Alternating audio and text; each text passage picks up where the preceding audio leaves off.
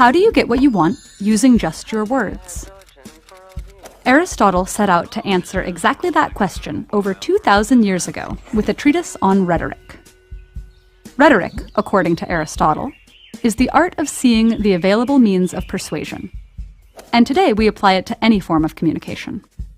Aristotle focused on oration, though, and he described 3 types of persuasive speech.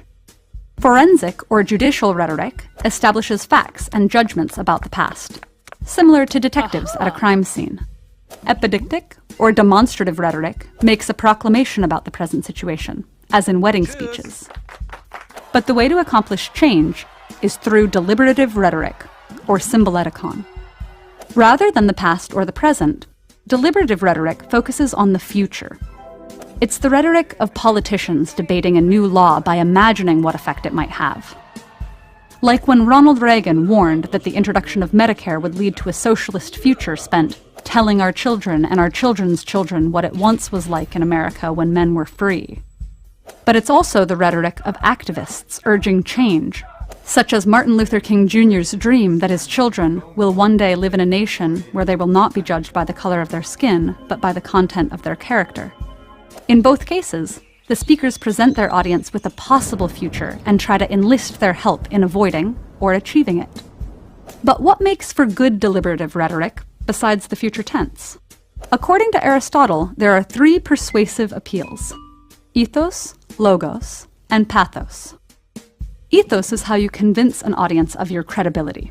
Winston Churchill began his 1941 address to the US Congress by declaring, "I have been in full harmony all my life with the tides which have flowed on both sides of the Atlantic against privilege and monopoly," thus highlighting his virtue as someone committed to democracy.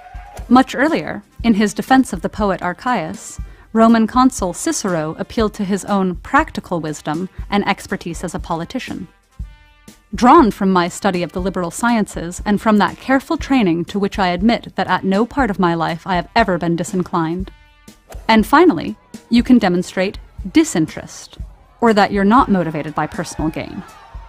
Logos is the use of logic and reason. This method can employ rhetorical devices such as analogies, examples, and citations of research or statistics. But it's not just facts and figures. It's also the structure and content of the speech itself. The point is to use factual knowledge to convince the audience, as in Sojourner Truth's argument for women's rights. "I have as much muscle as any man, and can do as much work as any man. I have plowed and reaped and husked and chopped and mowed, and can any man do more than that?"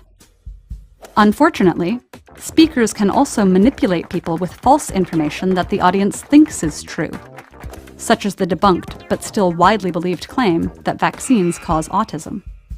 And finally, pathos appeals to emotion, and in our age of mass media, it's often the most effective mode. Pathos is neither inherently good nor bad, but it may be irrational and unpredictable. It can just as easily rally people for peace as incite them to war. Most advertising, from beauty products that promise to relieve our physical insecurities to cars that make us feel powerful, relies on pathos. Aristotle's rhetorical appeals still remain powerful tools today.